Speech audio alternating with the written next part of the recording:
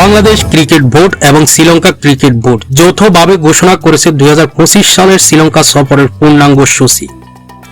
দীর্ঘদিন পর আবারও শ্রীলঙ্কা সফর যাচ্ছেন টাইগাররা। সফরটি শুরু হবে 17 জুন এবং চলবে 16 জুলাই পর্যন্ত। এই সফরে বাংলাদেশ দল খেলবেন 2টি টেস্ট, 3টি ওয়ানডে এবং 3টি টি-20 ম্যাচ। এই সফরটি শুরু হবে টেস্ট ম্যাচ দিয়ে। প্রথম টেস্ট ম্যাচ শুরু হবে 17 জুন থেকে 21 জুন গল আন্তর্জাতিক স্টেডিয়ামে।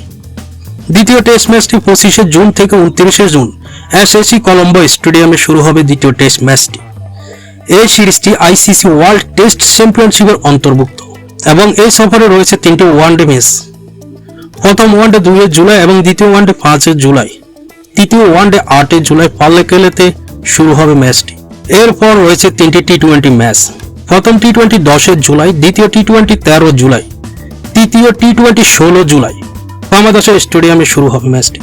এই সফরে বিশেষ আকর্ষণ হচ্ছে এই সফরে শ্রীলঙ্কার কিংবদন্তি অলরাউন্ডার অ্যাঞ্জেলো ম্যাথিউস প্রথম টেস্ট ম্যাচ শেষে বিদায় নেবেন টেস্ট ক্রিকেট থেকে। তার বিদায় ম্যাচ হবে গলে বাংলাদেশের বিপক্ষে।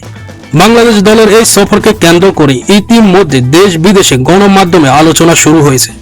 টাইগাররা কি পারবে শ্রীলঙ্কার মাটিতে জয়ের ধারা অব্যাহত রাখতে?